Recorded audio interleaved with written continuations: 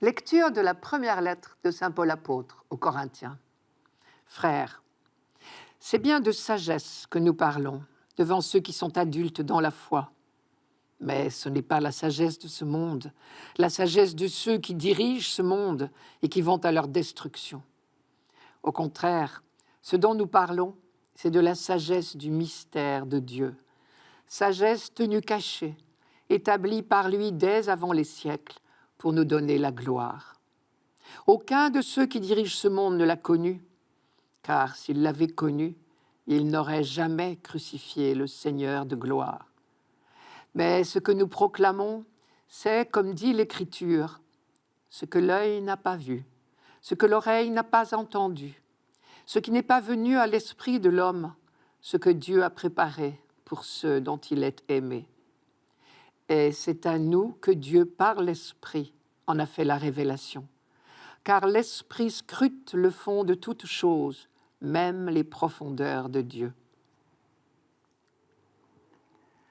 L'insistance de Paul sur le mot sagesse nous surprend presque.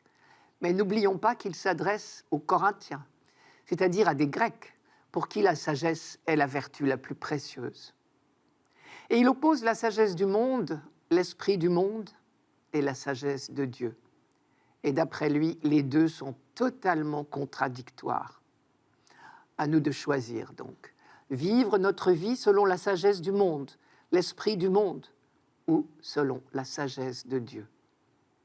Nous retrouvons là le thème des deux voies. L'homme est placé au carrefour de deux routes et il est libre de choisir son chemin. Une voie mène à la vie, à la lumière, au bonheur. L'autre s'enfonce dans la nuit, la mort, et n'offre en définitive que de fausses joies. Précisons tout de suite que lorsque Paul parle de vie et de mort, il ne parle pas de la vie biologique, mais de la vie spirituelle. Mais la voie qui mène au bonheur, nous ne pouvons pas la trouver tout seul. C'est pour cela que Paul parle de sagesse tenue cachée. Voici ce que dit le livre du Deutéronome. « Au Seigneur, notre Dieu, sont les choses cachées, mais les choses révélées sont pour nous et nos fils à jamais, afin que nous mettions en pratique toutes les paroles de cette loi. » Ce qui veut dire, Dieu connaît toutes choses, mais nous ne connaissons que ce qu'il a bien voulu nous révéler, à commencer par la loi, qui est la clé de tout le reste.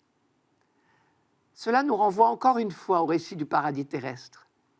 Le livre de la Genèse raconte que dans le jardin d'Éden, il y avait toutes sortes d'arbres, et parmi eux, 2 arbres particuliers. L'un, situé au milieu du jardin, était l'arbre de vie, et l'autre, à un endroit non précisé, s'appelait l'arbre de la connaissance de ce qui rend heureux ou malheureux. Adam avait le droit de prendre du fruit de l'arbre de vie. Seul le fruit de l'arbre de la connaissance était interdit. Manière imagée de dire que l'homme ne peut pas tout connaître et qu'il doit accepter cette limite. Au Seigneur notre Dieu, sous-entendu, et à lui seul sont les choses cachées, dit le Deutéronome. En revanche, la Torah, la loi, qui est l'arbre de vie, est confiée à l'homme. Pratiquer la loi, c'est se nourrir, jour après jour, de ce qui nous fera vivre. Je reviens sur cette formule. Sagesse tenue cachée, prévue par lui dès avant les siècles. Paul insiste plusieurs fois dans ses lettres sur le fait que le projet de Dieu est prévu de toute éternité. Il n'y a pas eu de changement de programme, si j'ose dire. Parfois, nous nous représentons le déroulement du projet de Dieu comme s'il avait dû changer d'avis en fonction de la conduite de l'humanité. Par exemple, nous imaginons que dans un premier temps, acte 1 si vous voulez, Dieu a créé le monde et que tout était parfait, jusqu'au jour où, acte 2, Adam a commis la faute. Et alors, pour réparer, acte 3, Dieu aurait imaginé d'envoyer son Fils. Contre cette conception, Paul développe dans plusieurs de ses lettres cette idée que le rôle de Jésus-Christ est prévu de toute éternité et que le dessein de Dieu précède toute l'histoire humaine. Et ce dessein de Dieu, il est magnifique. Je cite, « Ce dont nous parlons, c'est de la sagesse du mystère de Dieu.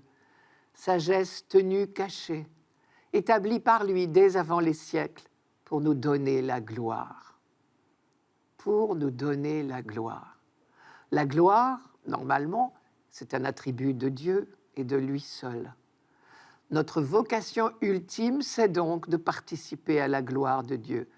Le projet de Dieu, c'est de nous réunir tous ensemble en Jésus-Christ et de nous faire participer à la gloire de la Trinité. Ce que nous proclamons, dit Paul, c'est comme dit l'Écriture, ce que l'œil n'a pas vu, ce que l'oreille n'a pas entendu, ce qui n'est pas venu à l'esprit de l'homme, ce que Dieu a préparé pour ceux dont il est aimé. L'expression, comme dit l'Écriture, renvoie à une phrase du prophète Isaïe, je vous la donne. « Jamais on n'a entendu, jamais on n'a ouï dire, nul œil n'a jamais vu un autre Dieu que toi agir ainsi pour celui qui l'attend. » Cette phrase, elle dit l'émerveillement du croyant biblique, gratifié de la révélation des mystères de Dieu. Reste la fin de la phrase, ce que Dieu a préparé pour ceux dont il est aimé. Y aurait-il donc des privilégiés et des exclus? Y aurait-il des gens pour qui cela n'était pas préparé? Bien sûr que non. Le projet de Dieu, son dessein bienveillant, il est évidemment pour tous. Mais ne peuvent y participer que ceux qui ont le cœur ouvert. Et de notre cœur, nous sommes seuls maîtres. D'une certaine manière, c'est le saut dans la foi qui est dit là. Le mystère du dessein de Dieu ne s'ouvre que pour les petits.